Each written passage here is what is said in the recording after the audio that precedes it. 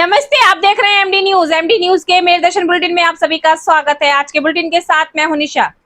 खबरों को स्टार्ट करने से पहले दिन भर की खबरों के बारे में थोड़ी सी जानकारी दे दूं। ईद का पर्व बहुत नजदीक है, जिसको लेकर तैयारियां बहुत जोर शोर से चल रही हैं। पूरे देश भर में अलग सा उत्साह नजर आ रहा है। मार्केटों में खरीदारी करते हुए मुस्लिम समुदाय के लोग काफी नजर आ रहे हैं। देर रात तक खरीदारी की जा रही है। रमजान का पाक महीना चल रहा था, जो बस अब खत्म होने की कगार पर है।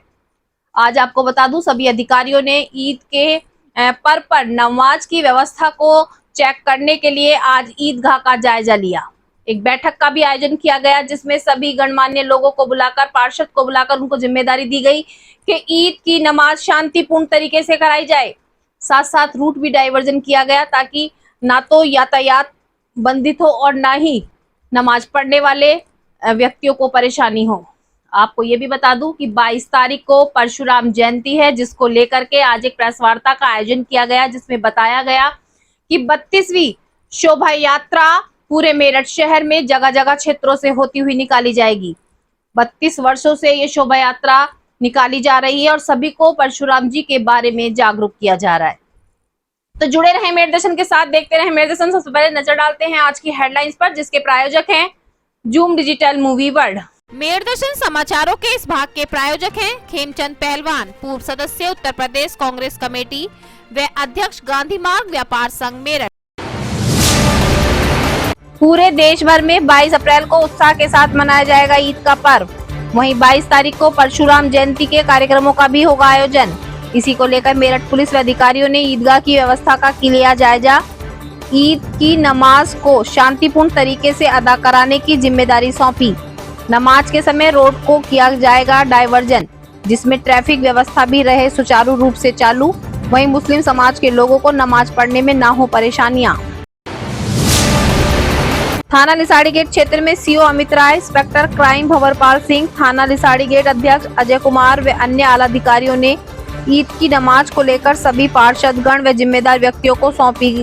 ईद को शांतिपूर्ण तरीके से कराने की जिम्मेदारी, शांतिपूर्ण तरीके से नमाज अदा कराने की भी दी गई अलग अलग जिम्मेदारियां।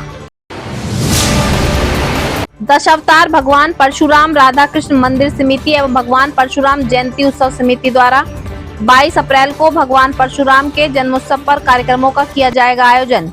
निकाली जाएगी 32वीं शोभा यात्रा। कार्यक्रमों व शोभा यात्रा के विषय में जानकारी देने के लिए प्रेस वार्ता का किया गया आयोजन। कार्यक्रम संयोजक सचिनानंद शर्मा, राकेश गौड़, मनोज अग्रवाल ने कार्यक्रम के विषय में पूर्ण रूप से दी जानकारी। महापौर के नामांकन के लिए पर्चा भरने पहुंचे थाना लिसाड़ी गेट समर गार्डन निवासी शकील अहमद मलिक।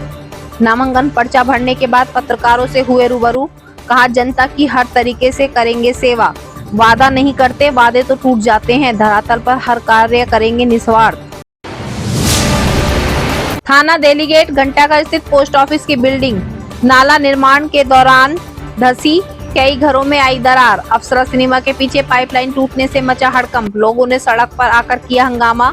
मौके पर पहुंची पुलिस व पीडब्ल्यूडी टीम। मकानों के नीचे सपोर्ट लगाकर सुरक्षा का किया बंदोबस्त। लोगों को समझा बुझाकर कराया शांत।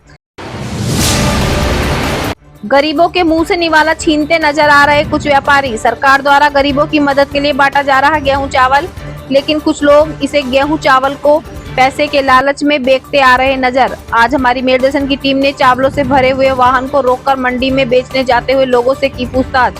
तो बचाने के लिए मौके पर पहुंचे एआरओ पशुपति खाद्य अधिकारी इंस्पेक्टर रविंदर, पत्रकारों से किया भद्रता। अब खबरें विस्तार से। ईद के पर्व को लेकर सुरक्षा व्यवस्था का पूर्ण ध्यान रखा जा रहा है। फेस्टिवल कोई सा भी हो, मैं आपको बता दूं किस तरीके से ध्यान रखा जाता है। लगातार मैं आपको दिखाती हूं कि पूरी व्यवस्था को सुव्यवस्थित तरीके से रखा जाता है। पूरी पुलिस टीम तैनात की जाती है। जगह जगह पर सफाई व्यवस्था का भी ध्यान रखा जाता है। ईद के पर्व को लेकर के सभी अधिकारी, एसएसपी, डीएम, कमिश्नर और आला अधिकारी ईदगाह में पहुंचे। ईदगाह की पूरी व्यवस्था को चेक किया। साथ साथ वहां पर शहर काजी से पूरी जानकारी मिली किस तरीके से ईद की नमाज अदा कराई जाएगी। उन्होंने ये भी कहा कि रूट डाइवर्जन किया जा रहा है, ताकि जब नमाज पढ़ी जाए तो किसी को परेशानी ना हो।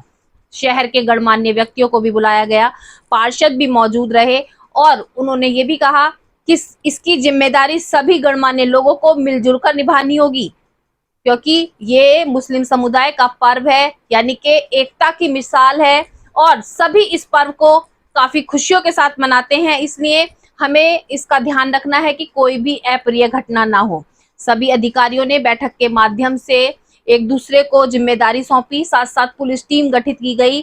संवेदनशील इलाकों में पुलिस टीम तैनात रहेगी। इतने जानवर एक व्यक्ति पाल सकता है, उन्होंने अनगिनत पाल रखे हैं, सड़कों पर दरगाह बना रखे हैं, जिससे पूरे बेटाइम किसी भी वक्त उनको छोड़ देते हैं। से लेकर पटेल कर रखा है।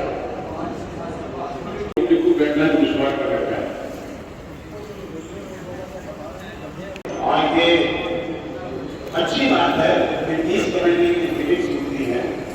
दरअसल हमारे अधिकारी प्राचीन काल से मनाया जा रहा है, जब ये ईदगाह यहाँ पे कायम है। मैं इसकी व्यवस्था के ताल्लुक से कहना चाहूंगा कि जो इसकी व्यवस्था दोनों मिट्टी जोड़ी डाल कर रखते हैं और जितने भी नाले हैं वो ऊपर से भरे रहते हैं। सर की समाधि आएंगे सर, जो सर उसको देगा खरीदना करने का देख ले तो सर बहुत बहुत धन्यवाद कर दूंगा सर मैं, मगर होने का ही सर।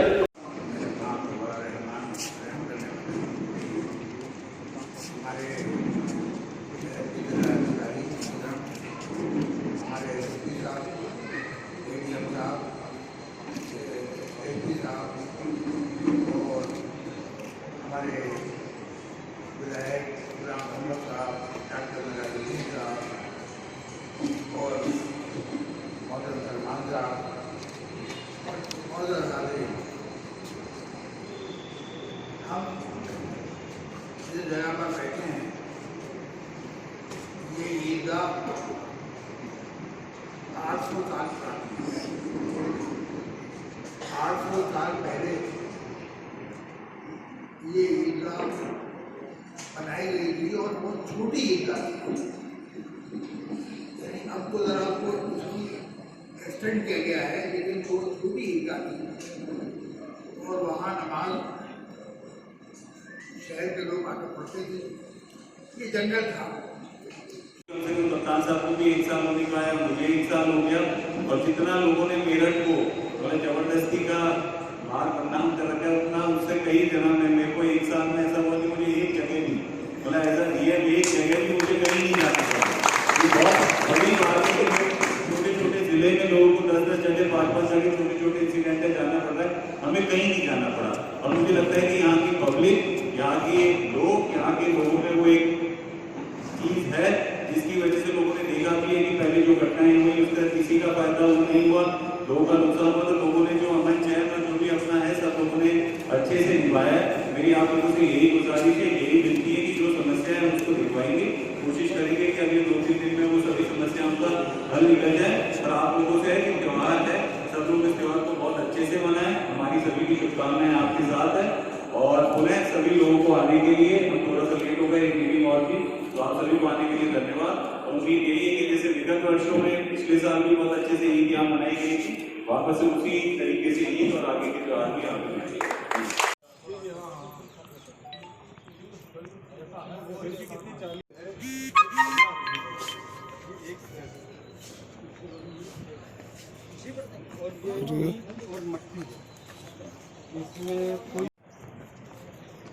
पूरा पड़ा तो यहाँ कुछ दिन वक्त ही बनाई हुई।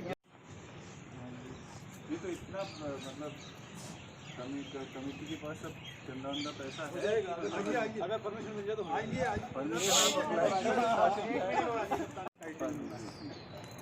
ये है गुलाम डायनेस्टी के,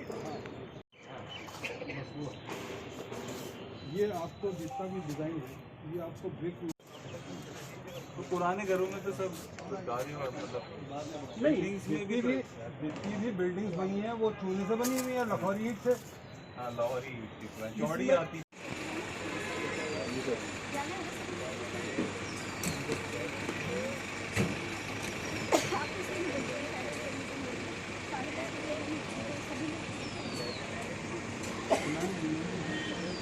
सर 1 मिनट सर। और वो ड्रोन जो है वो भी कर पर खड़े रहने का नहीं है। सर जो दो त्यौहार एक साथ हैं और आचार संहिता लगी हुई है, चुनाव भी है सर, सबसे ज़्यादा जो समस्या है ट्रैफिक को लेकर आती है, तो क्या व्यवस्थाएं की गई सर? कोई समस्या नहीं आने दी जाएगी। नमाजियों की पूरा तरह से ध्यान रखा जाएगा। जो दिल्ली रोड है और ये हावड़ रोड दोनों पर ट्रैफिक के लिए बैरियर्स लगा दी जाएंगे, सुबह से ड्यूटियाँ खड़ी कर दी जाएंगी। किसी भी बाहरी वाहन को नहीं आने दिया जाएगा जब तक नमाज सकुशल संपन्न नहीं हो जाएगी। सारे नमाजी अपने घरों तक नहीं पहुंच जाएंगे। और ये छोटा मोटा मेला वेला लगता है, दुकान लगती है, बच्चे आते हैं, उसमें तमाम लोग घूमते हैं। जब सब लोग चले जाएंगे सकुशल, उसके बाद ही ट्रैफिक कुछ स्थानों पर रूट डाइवर्जन रहेगा? हाँ, रूट डाइवर्जन रहेगा, तमाम जगहों पर रहेगा, ताकि नमाजियों को आने जाने में किसी प्रकार दिक्कत ना हो। ठीक है। कौन से रूट डाइवर्जन रहेंगे सर? कानून व्यवस्था को लेकर क्या दुरुस्त किया गया है? चूँकि शहर में जो बाइकर्स हैं और अन्य चीज़ें होती हैं, CCTVs वगैरह जो लगाए गए हैं, तो किस तरीके से व्यवस्था दुरुस्त की जाएगी? जैसे अगले हफ्ते, इस हफ्ते ईद का त्यौहार मनाया जाएगा और वो निर्भर करेगा कि चांद किस तारीख को दिखता है। इसके बाद इसमें जनपद में जो मस्जिदें हैं और ईदगाह हैं उन पर नमाज सुबह सुबह अता की जाती है। और उसके बाद इसमें जो हमारे जो लोग हैं वो एक दूसरे से ईद की मिलने के लिए भी जाते हैं, तो इसमें पुलिस का प्रबंध रहता है। जगह जगह बैरियर लगाए जाते हैं कि जो नौजवान नई उम्र के लड़के हैं वो तेज़ गति से वाहन न चलाएं। साथ ही साथ इसमें जगह जगह जो मिश्रित आबादी के क्षेत्र हैं वहाँ पर पुलिस की व्यवस्था भी की जाती है, जिससे कि कोई झगड़ा या कोई ऐसी स्थिति उत्पन्न ना हो और सभी लोग ये त्यौहार मिलकर मनाएं। ऐसी हमारी सभी लोगों को शुभकामना भी है। और इसके अलावा उसी दिन हमारे यहाँ परशुराम जयंती भी मनाई जाएगी, जिसमें 6 के आसपास शहर में जुलूस निकलते हैं। तो वो जुलूस भी 10-11 बजे के आसपास जब सुबह ईद की नमाज संपन्न हो जाती है उसके बाद वो निकलते हैं और उसके साथ भी पुलिस प्रबंध रहता है। तो ये दोनों त्यौहार इस बार साथ पड़ रहे हैं 22 तारीख को, जैसा कि बताया जा रहा है। तो इसमें सारे त्यौहार जो पड़ रहे हैं उसमें पुलिस का प्रबंध रहेगा, जगह जगह चेकिंग चलाई जाएगी, बैरियर लगे रहेंगे और सारी जो व्यवस्थाएं वो पूरी की जाएंगी। सर, सामाजिक तत्वों से निपटने के लिए जो व्यवस्थाएं की गई हैं, ऐसे लोगों को संदेश क्या देना चाहेंगे सर? जो भी जैसे इसमें कोई भी व्यक्ति जो होता है कोई गलत कार्य ना करे या कोई अफवाह ना फैलाए, सोशल मीडिया पर भी निगरानी रखी जाती है। तो सारी तैयारियाँ जो पुलिस हर साल करती है वो इस साल भी की जाएगी। ठीक है, थैंक यू। सर, 2 दिन बाद ईद का त्यौहार है, किस तरीके की तैयारियां व्यवस्थाएं की गई?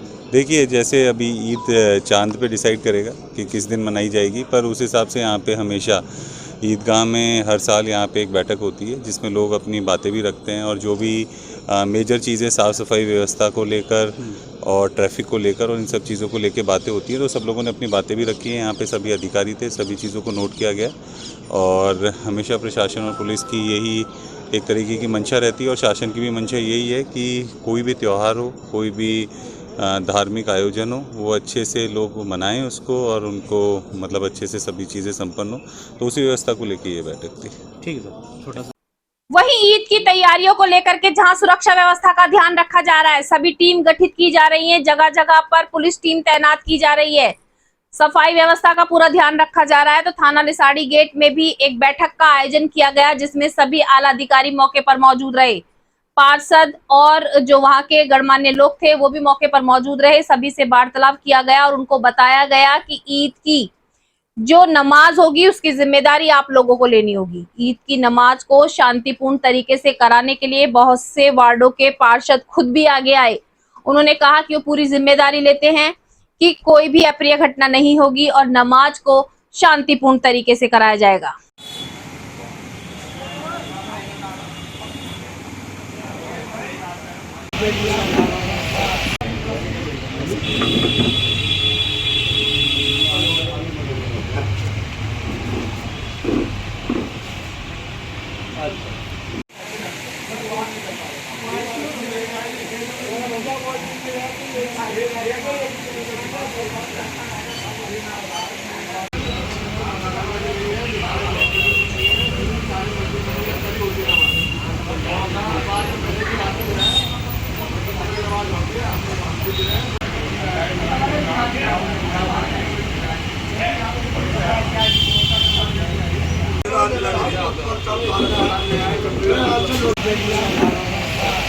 दशावतार भगवान परशुराम राधा कृष्ण मंदिर समिति व परशुराम जयंती समिति द्वारा आज एक प्रेस वार्ता का आयोजन किया गया। 22 अप्रैल को परशुराम जयंती के उपलक्ष्य में कार्यक्रमों का आयोजन किया जाएगा, जिसको लेकर समिति के अध्यक्ष सचिदानंद शर्मा, राकेश गौड़ व मनोज अग्रवाल द्वारा जानकारी दी गई।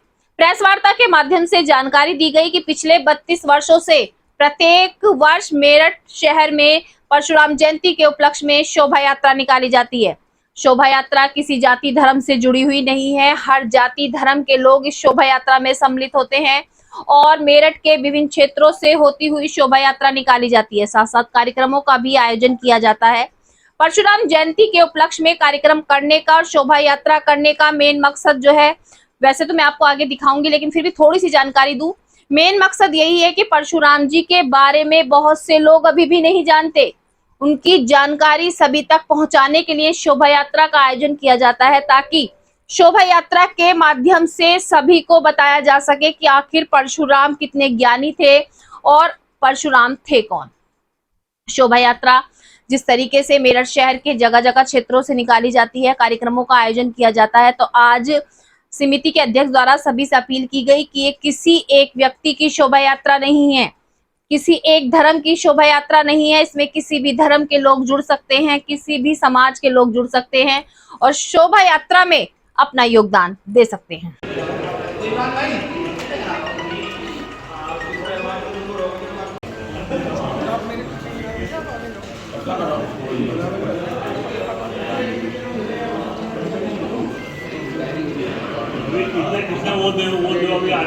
भैया भैया पीछे हो जाओ, पीछे दो दो।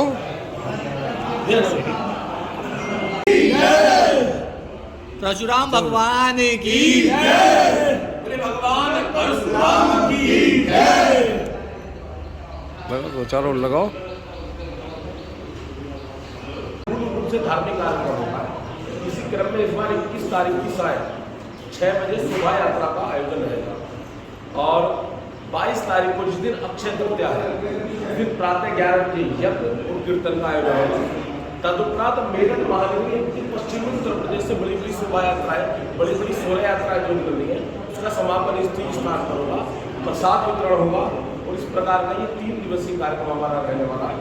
पूरे पश्चिमी उत्तर प्रदेश का सबसे बड़ा भगवान परशुराम जी का केंद्र बनाने का जो मन बनाया था, पहले परशुराम जयंती जी की शोभा यात्रा में लगभग 20-50 लोग शुरू हुआ करते थे। आज भगवत कृपा से भगवान परशुराम जी जो कि सह शरीर है, ऐसा मान्यता है, तो ये मान्यता सही भी है, तो उन्हीं के आशीर्वाद से आज के लगभग 5-10 बजे से आपका स्वागत करते हैं और करपत होकर आपको प्रणाम और नमन और वंदन करते हैं। मैं कार्यक्रम के विषय में बता देता हूँ जिसकी पृष्ठभूमि, जिसकी प्रस्तावना रखने के लिए आज पत्रकार वार्ता है। अक्षय तृतीया के दिन भगवान परशुराम जी का जन्मोत्सव पूरी दुनिया में, पूरे देश भर में मनाया जाता है। मेरठ में सर्वप्रथम ये बीड़ा उठाने वाली संस्था आज आपके सम्मुख है। और आज से एक लगभग 28-30 वर्ष में इसी प्रांगण में छोटी सी विग्रह की स्थापना भगवान परशुराम जी की गई थी। भैया मैं मिला था गर्मी में।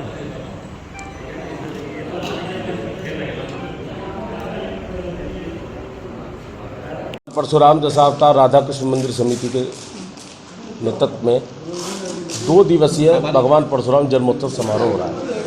प्रथम दिन 21 तारीख को 6:30 बजे भगवान परशुराम जी की शोभा यात्रा यहाँ से निकाली जाएगी, जो एक पारंपरिक यात्रा है, हुए 31-32 वर्षों की निकली है। उसकी विशिष्टता यह है कि उसमें हम बहुत ज़्यादा तामझाम के बिल्कुल विशुद्ध धार्मिक आयोजन होता है और उसमें भगवान परशुराम जी के अष्ट धातु के विग्रह को रस्से से उनके भक्ति खुद खींचते हैं। किसी प्रकार के यंत्र का अथवा किसी प्रकार की जीव का उसमें उपयोग नहीं होता, बिल्कुल सात्विक तरीके से उस यात्रा को किया जाता है। अगले दिन अक्षय तृतीया के दिन प्रातः 10 बजे यज्ञ, 11 बजे कीर्तन आरंभ होगा, 12 बजे भंडारा आरंभ होगा और पश्चिमी उत्तर प्रदेश के बड़े प्रमुख स्थानों से, विश्वविद्यालय से, दोराला से, अनेकों स्थानों से शौर्य यात्राएं आरंभ होगी, जिनका समापन यहीं पर होगा। तो ये जो शौर्य यात्राएं लगभग कितनी जगह से लोग? अभी तक लगभग जो बैठ के चल रही हैं मंदिर प्रांगण में हुई है बैठ के, लगभग 8 शौर्य यात्राओं की सूचनाएं और बढ़ती जा रही है नित्य प्रतिदिन। और इस बार पहले से क्या और अलग करने? इस बार संख्या बल पर्याप्त रहने वाला है। पहले हम जब शुरुआत की थी तो 20-25 लोग थे, मुकेश शर्मा जी और सच्चिदानंद जी, ये 2 लोग लेकर चले थे। लेकिन आज ये आंकड़ा जो लगभग आ रहा है बैठकों के हिसाब से 8-10 हज़ार संख्या उसमें रहने वाली कार्यक्रम है। मैं पंडित सच्चिदानंद शर्मा, प्रभारी दशावतार भगवान परशुराम राधा कृष्ण मंदिर समिति और भगवान परशुराम जन्मोत्सव का मैं संयोजक हूँ। ये कार्य पिछले 34-35 वर्षों से लगातार होता आ रहा है कि जन्मोत्सव मनता आ रहा है और अब आके ऐसा प्रतीत होता है कि पूरे समाज में ये अच्छी तरह से फैल चुका है कि अब जन्मोत्सव अच्छी तरह मनाया जाए। और उसका देखने को मिलता है कि शोभा यात्राएँ काफ़ी आती हैं, जिनका समापन हमारे यहाँ प्रांगण में होता है और 7-8 हज़ार आदमी तक इसमें जन्मोत्सव में भाग ले लेते हैं। तो क्योंकि बहुत ज़्यादा संख्या में लोग पहुंचेंगे, तो किस तरह की तैयारी की जाएगी, क्योंकि चुनावी आचार संहिता का भी है और 144 भी लगी है, तो ऐसे में कैसे ये कार्यक्रम शांतिपूर्ण ढंग से पूर्ण हो, इसके लिए पूरी कार्यकर्ताओं को समझाया गया है। हाँ जी। और भीड़ एकदम एक साथ नहीं एक जगह पे इकट्ठी होगी। दर्शनार्थी शोभा यात्राओं के रूप में आते जाएंगे और दर्शन करके चलते जाएंगे, भंडारा ग्रहण करेंगे और निकलते जाएंगे। अध्यक्ष दशावतार भगवान परशुराम राधा कृष्ण मंदिर भगवान परशुराम जन्म उत्सव समारोह आज से 32 वर्ष पहले हमने एक बहुत 6 इंच के विग्रह से आरंभ किया था। मन में आया कि भगवान परशुराम जी की जयंती भी मनाई जाए, मगर किसी को भी समाज में ही नहीं पता था कि भगवान परशुराम जी की जयंती होती है या नहीं होती है या कब होती है। इस बात को प्रारंभ करके इस व्रत रूप लाने में हमें पूरे 32 वर्ष लगे और ये 32वीं शोभा यात्रा है। इस बार हमारा जो उद्देश्य था, घर घर तक परशुराम जी पहुँचे, कोई बिरादरी तक नहीं, पूरे समाज में परशुराम जी पहुँचे। परशुराम जी की चर्चा हो कि भगवान परशुराम जी का जन्म उत्सव समारोह कब है, इस बात की जिज्ञासा सभी में हो। वो जिज्ञासा आज सभी में है, पूरा समाज हमारे साथ रहता है। किसी जाति विशेष का ये आयोजन नहीं है।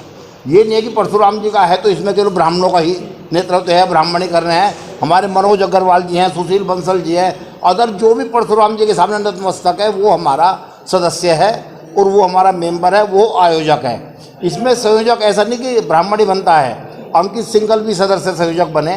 पूरे समाज का आयोजन और समाज को एकजुट हो गए निर्णायक स्थिति में जो अच्छा निर्णय है उसे बदलने में भी मंदिर समिति समाज के द्वारा अपनी क्षमता रखती है। भगवान परशुराम जी का आदर्श, भगवान परशुराम जी जैसा कोई पिता का भक्त नहीं हुआ, पिता की आज्ञा मानने वाले। परशुराम जी ने पिता की आज्ञा मान के माता का सिर धड़ से अलग कर दिया था, मगर उनसे वापस फिर वरदान मांगा कि ये घटना याद न रहे और मेरी माँ जीवित हो जाए। तो ऐसे एक भगवान परशुराम ही हुए हैं और परशुराम जी हमारे आदर्श है। जो भगवान को आदर्श मानते हैं वो सब हमारे मेंबर हैं, हम उनके नतमस्तक और वो बाबा के चरणों में नतमस्तक हों। नगर निकाय चुनावों को लेकर तैयारियां पूरी हो चुकी हैं। सभी पार्टी अपने अपने प्रत्याशियों को मैदान में उतारने के लिए नामांकन करा रही हैं। आज आपको बता दूं, थाना Lisari gate summer garden colony से एनसीपी के अध्यक्ष शकील अहमद मलिक आज नामांकन पर्चा भरने पहुंचे महापौर के लिए। उन्होंने पत्रकारों से रूबरू होते हुए साफ साफ कहा कि वो ऐसी मलिन बस्ती से निकल कर आए हैं जो गरीबों की, आम जन की आवाज बनेंगे, उनकी आवाज को सुनेंगे। उन्होंने कहा कि वो वादा नहीं करते क्योंकि वादे तो टूट जाते हैं और वादा करना जरूरी नहीं है कि पूरा दावा किया जाए। उनका कहना है कि अगर वो विजयी होते हैं, महापौर के चुनाव को जीतते हैं, जनता उनको सपोर्ट करती है तो वो सभी की परेशानियों को जो है दूर करेंगे, सभी की समस्याओं को सुनेंगे। क्योंकि वो खुद एक ऐसे बस्ती में रहते हैं जहां पर सड़कें नहीं हैं, टूटे फूटे गड्ढे हैं, मलिन बस्तियां हैं, तो वो चाहते हैं, वो दर्द समझते हैं आम जनता का। उन्होंने आम जनता से अपील की कि उनको समर्थन करें, उनको विजयी करें।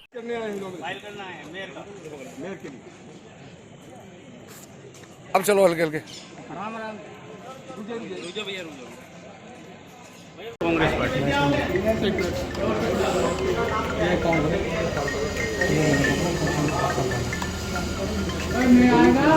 लेना हो तो पूरा लेना है। मैं मेयर बनना चाह रहा हूँ।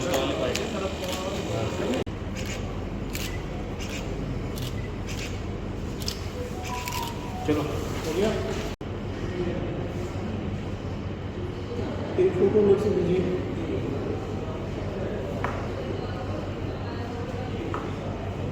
बताएं कि आप किस पद के लिए आज नॉमिनेशन फाइल करने के लिए आए हैं और क्या जनता से वादा करते हैं, दावा करते हैं? मैं महापौर के लिए आज नॉमिनेशन करने आया हूं और जनता के लिए निस्वार्थ काम करूंगा।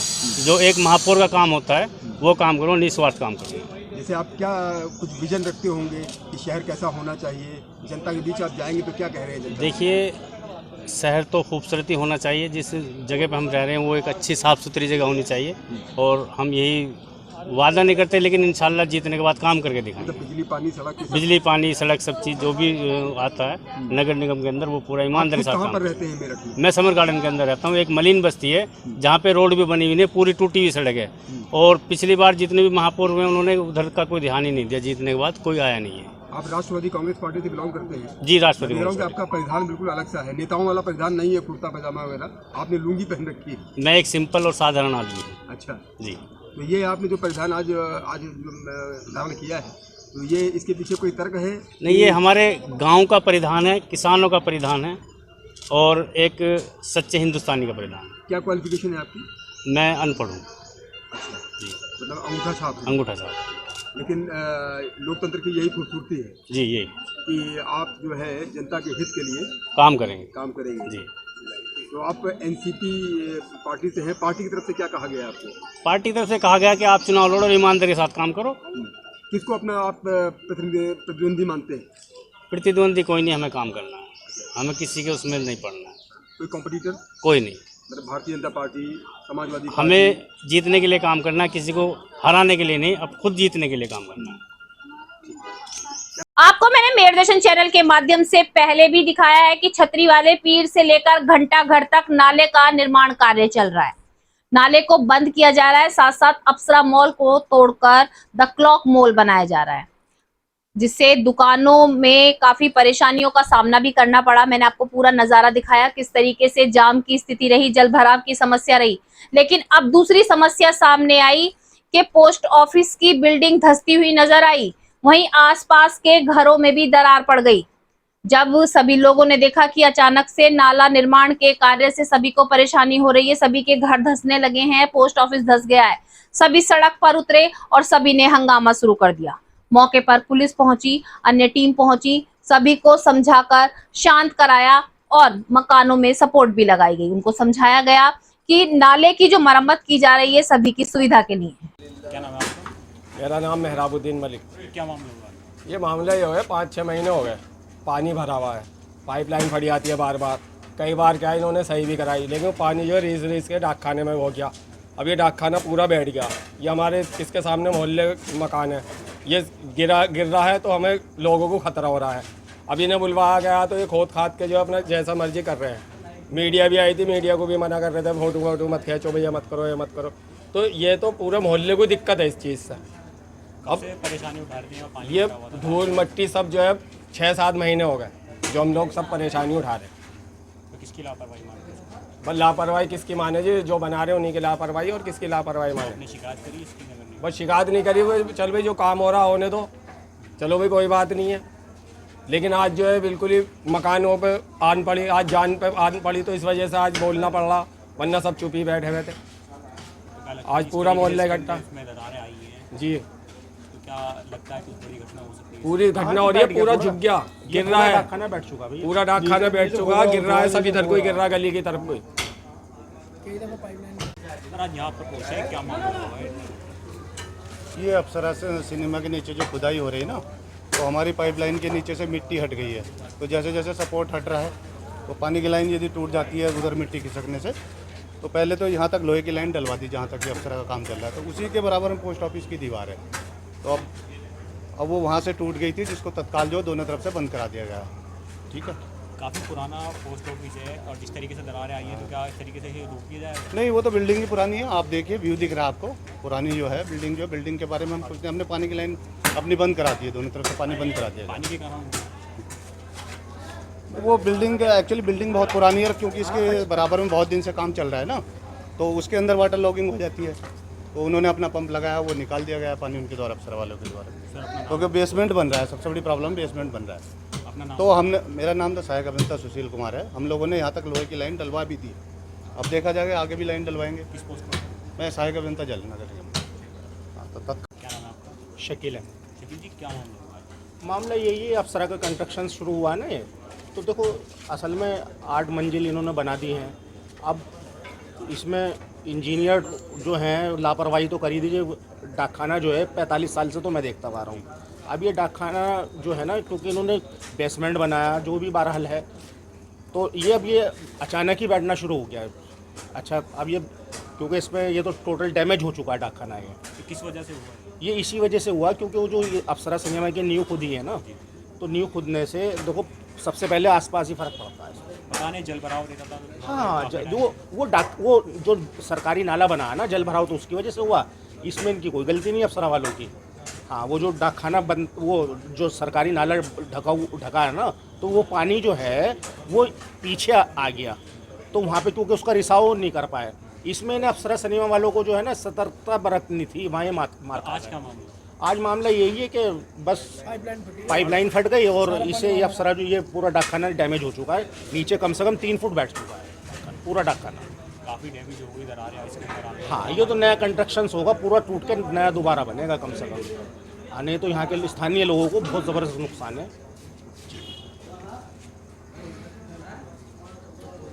अब मैं आपको दिखाती हूँ मेरठ दर्शन की स्पेशल खबर जो आम जनजीवन से जुड़ी हुई है, गरीबों की समस्या से जुड़ी हुई है। देश के प्रधानमंत्री नरेंद्र मोदी द्वारा सभी को राशन दिया जा रहा है, चावल गेहूं बांटे जा रहे हैं ताकि कोई भी भूखा ना रहे, हर गरीब के घर में खाना पके। लेकिन आज भी कुछ व्यापारी ऐसे हैं जो गरीबों के मुंह का निवाला छीनकर अपनी जेबें गर्म कर रहे हैं। जी हाँ, आज जो मैं आपको स्पेशल खबर दिखाने जा रही हूँ वो खबर यही है कि आज के समय में कुछ व्यापारी अनाज को खरीदकर मंडी में बेच रहे हैं, वहां से पैसे लेते हैं और मंडी में फिर वही अनाज मोटे दामों में बेचा जा रहा है। सरकार द्वारा अनाज कम दामों में कुछ को फ्री में दिया जा रहा है, लेकिन मैं उन लोगों से कहना चाहूंगी कि वो लोग अनाज लेते ही क्यों हैं, गेहूं चावल लेते ही क्यों हैं जब उन्हें खाने नहीं है। वो कुछ कम लोगों में आगे बेचते हैं, कुछ कम दामों में, फिर वहां से खरीदने वाले मंडी जाकर उसको थोड़े से और रेट बढ़ाकर बेच देते हैं। ये चैन चली आ रही है। आज हमारे मेरठ दर्शन के पत्रकारों ने एक वाहन को चावलों से भरे हुए पकड़ लिया।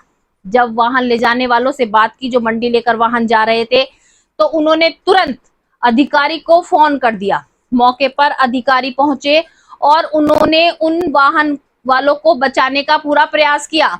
आप खुद देख सकते हैं कि अगर अधिकारी इस तरीके से मिले हुए होंगे तो कैसे आम जनजीवन खुशहाल रह सकता है। अगर गरीबों के मुंह का निवाला छीनकर बाजारों में बेचा जाएगा, अपनी जेब गर्म की जाएंगी, तो कहां से गरीब को रोटी मिलेगी। सबसे बड़ी बात कि उन व्यक्तियों के अंदर डर नहीं था, और जो अधिकारी था, जब पत्रकारों ने उन्हें रोककर पूछा कि आप यहाँ पर क्या कर रहे हैं, आप अचानक से कैसे पहुंचे, तो उन्होंने पत्रकारों के साथ भी अभद्र व्यवहार करते हुए उनकी आईडी दिखाने के लिए कहा।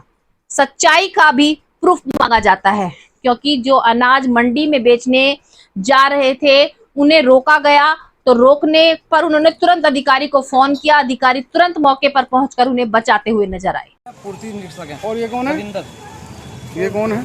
ये जो है ये, हाँ, ये तो पत्रकार हैं। अच्छा, गाड़ी आप पकड़ कर लाए, पत्रकार लाए? ये लो लाए, पत्रकार लाते हैं गाड़ी पकड़ के आपके लिए। ये लो लाए। अच्छा, आपका क्या काम?